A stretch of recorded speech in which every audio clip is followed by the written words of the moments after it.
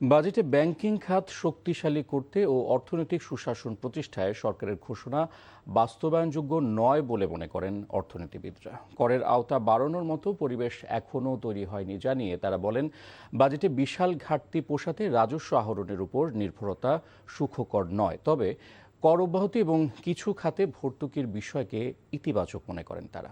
Niamul Aziz সাদেকের report. 9,38,000 কোটি টাকার বিশাল বাজেটের আয়ের বেশিরভাগই দেখানো হয়েছে রাজস্ব আহরণ থেকে। রাজস্ব লক্ষ্যমাত্রা 6,95,000 কোটি টাকা, যা গত অর্থ বছরের তুলনায় 21% বেশি হবে, বেশি।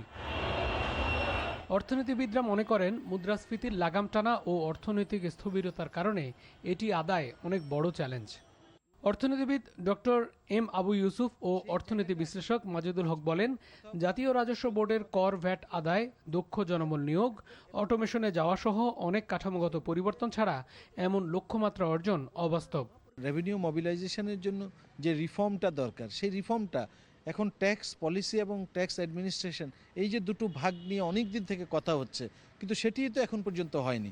এন্ড টু এন্ড অটোমেশনের কথা তো বলা হয়েছে, কিন্তু এটি করার জন্য যে পরিমাণ বিনিয়োগ দরকার, সেই বিনিয়োগটা করলে তাহলে ভবিষ্যতে কিন্তু আমরা এই যে ট্যাক্স জিডিপি রেশিও যেটা 10%, এই 10% করার জন্য কিন্তু ব্যাপক সংস্কারের দরকার। 6,05,000 কোটি টাকা এনবিআর আপনাকে আদায় করে দিবে, এটা কিন্তু একটা অসম্ভব একটা বিষয় আমাদের কাছে মনে হচ্ছে বর্তমান অর্থনৈতিক বাস্তবতায়।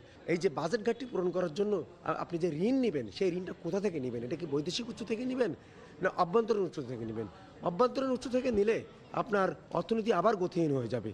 তাদের মতে সরকার 40,000 কোটি টাকা প্রণোদনা দিয়ে ব্যাংকগুলোকে বাঁচিয়ে রাখার চেষ্টা করছে, কিন্তু ব্যাংকিং খাতে সুশাসন ও পাচার হওয়া টাকা ফিরিয়ে আনতে কোনো সংস্কার করেনি।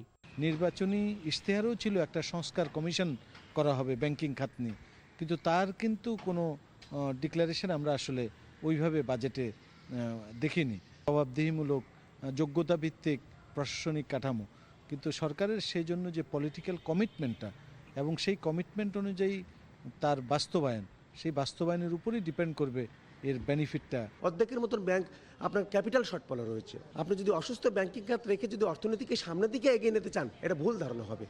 তারা বলেন, বাজেটে চিকিৎসা সরঞ্জামের কর কমানো, শিক্ষা ও স্বাস্থ্য খাতে বরাদ্দ বাড়ানো সহ বেশ কিছু ইতিবাচক দিক রয়েছে।